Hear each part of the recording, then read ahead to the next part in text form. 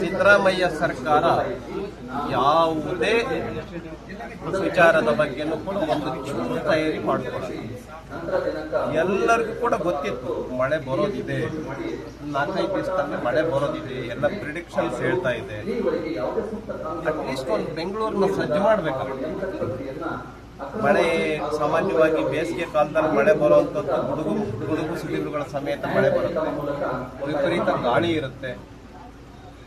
ಏನಾಗ್ಬೋದು ಬೆಂಗಳೂರು ಚೂರರ ತಯಾರಿ, ಆ ರೀತಿ ಏನು ತಯಾರಿ ಇಲ್ಲ.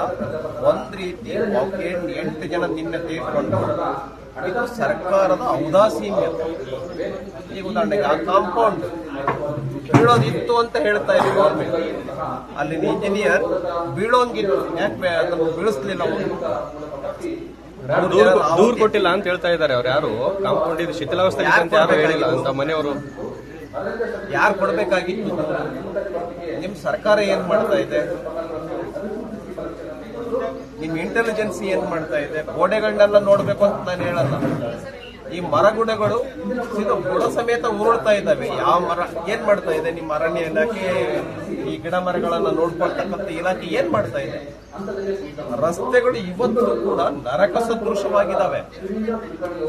ನಿಮಗೆ ಗುಂಡಿಗಳು ತುಂಬಿದಾವೆ. ನಾನು ಅದನ್ನ ಪಾಯಿಂಟ್ ಹೇಳ್ಬೇಕಾಗಿತ್ತು, ಹೇಳಲಿಲ್ಲ. ನೀವೆಲ್ಲರೂ ಇದೀರಿ, ನಾನು ಹೇಳ್ತೀನಿ.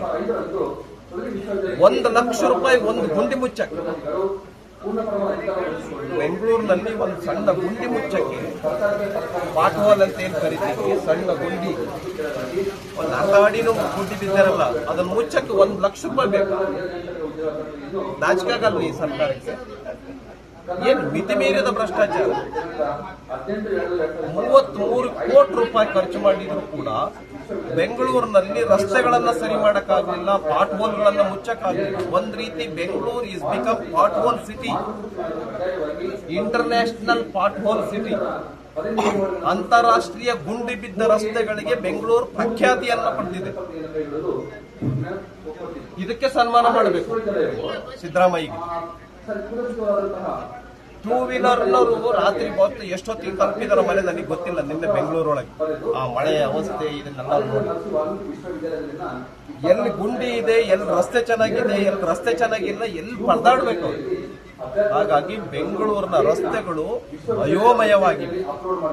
ಇದಕ್ಕೆ ಕಾರಣ ಡಿ.ಕೆ. ಶಿವಕುಮಾರ್ ಮತ್ತು ಸಿದ್ದರಾಮಯ್ಯ.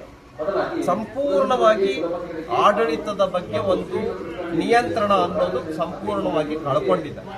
ಇದೊಂದು ರೀತಿ ಭ್ರಷ್ಟ, ಆಮೇಲೆ ನೀಚ ಸರ್ಕಾರ. ಸಿಎಂ ಕುರ್ಚಿ ವಿಚಾರ, ಪಾರ್ಟಿಯ ವಿಚಾರ. ಅವರು ಬದಲಾವಣೆ ಮಾಡೋದಾಗಿದ್ರೆ ಬೇಗ ಬದಲಾವಣೆ ಮಾಡಲಿ. ಜನಕ್ಕೆ ತೊಂದರೆ ಕೊಡೋದು ಬೇಡ. ಇದರಿಂದ ಜನಕ್ಕೆ ತೊಂದರೆ ಆಗ್ತಾ ಇದೆ. ನಿಮ್ ಕುರ್ಚಿ ಫೈಟ್ ನಲ್ಲಿ ಜನ ಯಾರು ನೋಡಿ, ನಿನ್ನೆ 8 ಜನ ತೀರ್ಕೊಂಡು. ಬೇಗ ಅದನ್ನು ಬಗೆಹರಿಸ್ಕೊಂಡ್ಬಿಟ್ಟು ಆಡಳಿತದ ಕಡೆ ಗಮನ ಕೊಡಿ ಅಂತ ನಾನು ಹೇಳಕ್ ಬಯಸ್ತೀನಿ. ಬಿಜೆಪಿ ಮುಂದಿಟ್ಕೊಂಡು ರಾಜಕಾರಣ ಮಾಡ್ತಿದ್ದಾರೆ. ನಮಗೆ ನಮ್ಮ ಕೆಲಸಗಳು ಕಾರ್ಯಗಳು ಮಾಡಕ್ ನಮಗೆ ಸಮಯ ಆಗ್ತಾ ಇಲ್ಲ. ಅವ್ರ ಸಮಸ್ಯೆ ತೆಗೆದುಕೊಂಡು ನಾವೇನ್ ಮಾಡ್ತೀವಿ? ಆದಷ್ಟು ನಮ್ದು ವಿನಂತಿ ಇದೆ, ಆದಷ್ಟು ಅವ್ರ ಸಮಸ್ಯೆನ ಬಗೆಹರಿಸ್ಕೊಂಡ್ಬಿಟ್ಟು ಅಪಾಯಿಂಟ್ಮೆಂಟ್ ಮಾಡ್ರಿ. ನಿರುದ್ಯೋಗಿ ಯುವಕರು ಬಾಯಿ ಬಿಡ್ತಾ ಇದ್ದಾರೆ ಈ ಬೇಸಿಗೆ. ನೀವು ಉದ್ಯೋಗ ಇಲ್ಲದೇನೆ ಯುವಕರು ಬಹಳ ಅಶಾಂತಿಯಿಂದ ಕೂಡಿದ್ದಾರೆ. ಯುವಕರು ಹೋರಾಟ ಮಾಡ್ತಾ ಇದ್ದಾರೆ. ಹಾಗಾಗಿ ಕೂಡಲೇ ಅಪಾಯಿಂಟ್ಮೆಂಟ್ ಮಾಡಿ, ಶಿಕ್ಷಣವನ್ನ ಸರಿಪಡಿಸಿ. ನಮ್ಮ ಕಾರ್ಯಕ್ರಮಗಳನ್ನ ನೀವು ನೋಡ್ತಾ ಇದ್ರೆ ನಮ್ಮ ಚಾನೆಲ್ ಅನ್ನ ಸಬ್ಸ್ಕ್ರೈಬ್ ಮಾಡಿ, ಪಕ್ಕದ ಬೆಲ್ ಐಕಾನ್ ಒತ್ತಿ ನಮ್ಮನ್ನ ಬೆಂಬಲಿಸಿ. ಹಾಗೆ ನಮ್ಮ ಕಾರ್ಯಕ್ರಮಗಳನ್ನ ಲೈಕ್ ಮಾಡಿ, ಕಮೆಂಟ್ ಮಾಡಿ, ಅದನ್ನ ಬೇರೆಯವರಿಗೂ ವಾಟ್ಸ್ಆಪ್ ಮೂಲಕ ಶೇರ್ ಮಾಡಿ. ನೀವು ಹೀಗೆ ಮಾಡಿದಾಗ ನಮ್ಮ ಚಾನೆಲ್ ಇನ್ನಷ್ಟು ಮತ್ತಷ್ಟು ಜನರಿಗೆ ತಲುಪಲು ನೀವು ನಮ್ಮೊಂದಿಗೆ ಸಹಕರಿಸಿದ ಹಾಗಾಗುತ್ತೆ. ಇದು ನೀವು ಯಾವುದೇ ಖರ್ಚಿಲ್ಲದೆ ಕೆಲವೇ ಸೆಕೆಂಡುಗಳಲ್ಲಿ ನೀಡಬಹುದಾದ ಸಹಕಾರ. ಧನ್ಯವಾದಗಳು.